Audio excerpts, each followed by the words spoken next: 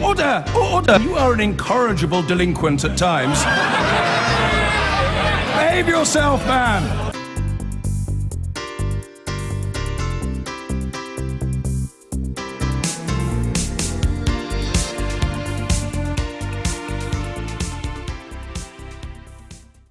On any one night, 3,569 people are sleeping rough in England alone. Today, a group of MPs is backing a plan that would see this figure cut by making it harder for councils to turn away people in need. Let's talk now to Petra Salva from St Mungo's, which is a homelessness charity, Conservative MP Bob Blackman, who is from the Communities and Local Government Committee. Also with us, Kelly Judge and Daniel Harris, who have both been homeless. Welcome, all of you. Bob, tell us about the plan. Well, at the moment, the performance of local authorities is mixed. Some people will get good service, but the vast majority of people are just turned away without any help or advice. There's no early intervention by local authorities, so they wait until someone literally has their bags packed, is on the street, and then they say, well, let's look at whether you're, we have a duty to house you or not. They do a tick box exercise and then say, sorry, you don't qualify. You're not vulnerable enough. You're not vulnerable, yeah. So you're on your own. So what we're trying to do is to say, let's have a requirement on local authorities for a statutory code of practice, so they have to help and advise, not necessarily house everyone, but help and advise people, tell them you can go to this charity, go to this registered social landlord, you can go to the private sector landlords, and these are people that will house you, not just a directory of estate agents and so on, but early intervention, so that before people are threatened with homelessness, they will actually produce a personal housing plan for those individuals that are potentially at risk, so that we actually get to a point whereby we prevent people from becoming homeless in the first place. And what's the 56-day bit, emergency accommodation for 56 days? If somebody is literally rough sleeping, they have nowhere to go, then a local authority will have a duty to house them for up to 56 days, but there'll also be a duty on the individual to cooperate with the local authority on identifying and following the plan so they get into housing on their own. Daniel, Kelly, tell our audience what it's like to be homeless. It's not fun, it's scary, it's dangerous. As a woman, there was many times I felt very vulnerable and would try and find somewhere dark and secluded so that no one could bother me. Like where, for example? I was having a discussion earlier, actually. I had a probation officer ask me, I was on IOM, which is Integrated Offender Management, and I said, aren't I meant to be curfewed? And he said, yeah, you are. And I said, where? And he said, the beach hut on the seafront. Really? Yeah. Okay. Daniel? I live in emergency accommodation at the moment, so I'm actually still homeless. So, and the accommodation that I live in, it's a bit substandard. We've had ceilings fall through, so I just people at home might look at me and say, well, you know, you're not on the streets. Yeah, you've got a roof over your head. People also need to know what the roofs under our heads look like, and the accommodations that we're kind of being forced to live in. They used to be on a temporary basis, these emergency accommodations. People live in them for years now, and people are isolated socially. You're not allowed visitors. And it's just not a great position. So in your experience, when you've been to a council and said, I need somewhere to sleep, please, have you both been turned away? Yes. Yes. Wow. Yes. Because you're not, vulnerable for example, enough. a single woman with 3 children or whatever. Yeah. And then they've got a shortage of housing stock. You know, if they could, they would, presumably.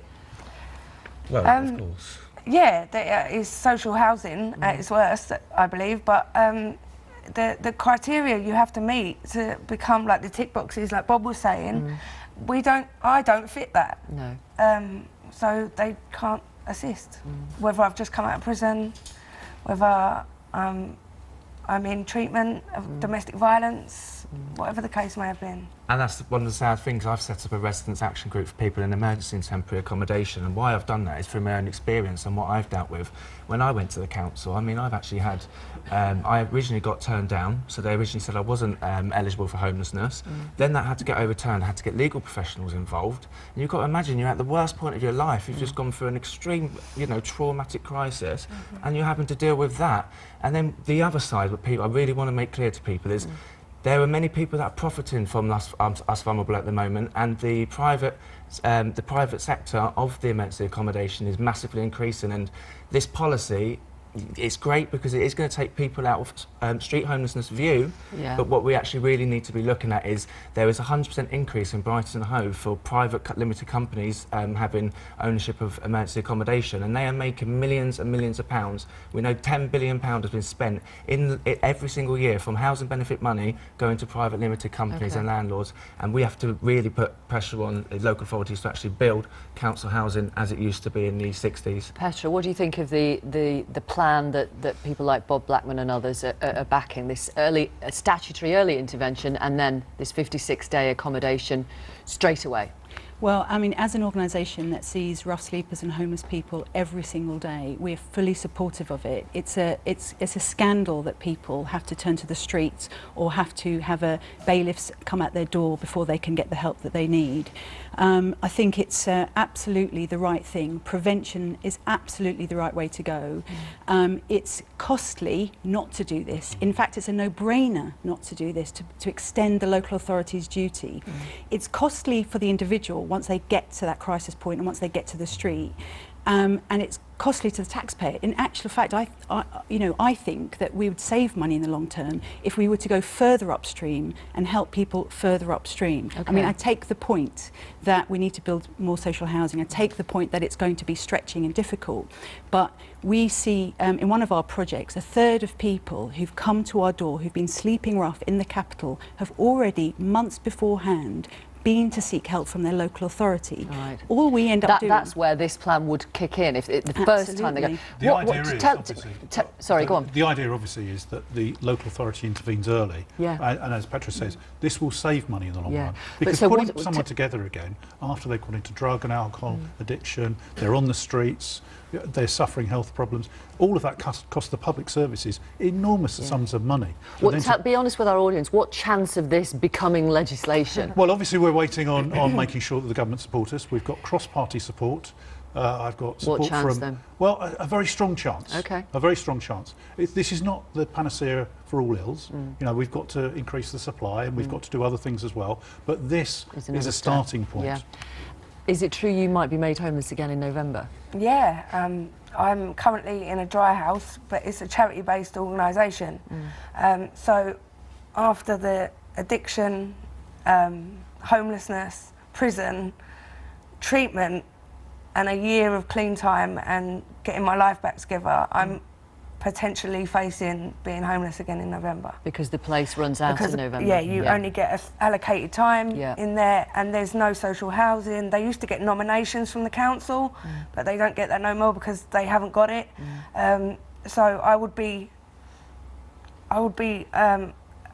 left to find my own devices in private sector, and I've got no chance whatsoever on benefits. I'm hoping to go back to studying.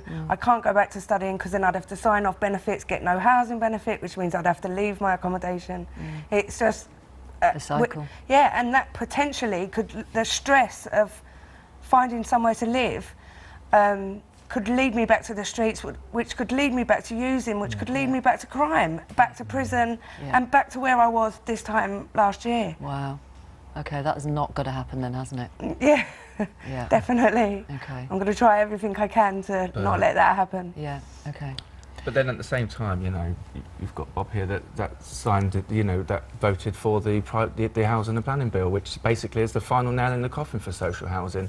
So with one hand, it's like, you know, great, you've got. Go on, you respond to that, Mr. Blackman. Well, clearly, what we've got to do is increase the supply of housing, and there's no question about that. And governments of all persuasions have failed to deliver. But answer Daniel's specific point. But I think we are giving in the housing and planning bill the right to buy for housing association tenants, which is absolutely the right thing to do. It completes the loop on encouraging people to take responsibility on their own for their housing, but equally having a position whereby we increase the supply and increase the responsibility of local authorities to look after those people who are vulnerable. And the point I would make as well, in conclusion, is at the moment we have record levels of employment.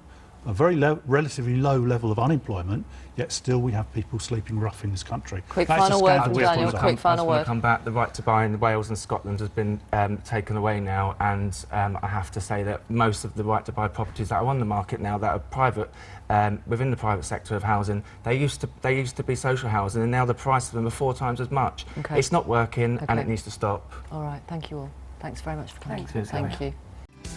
I've been getting away with it.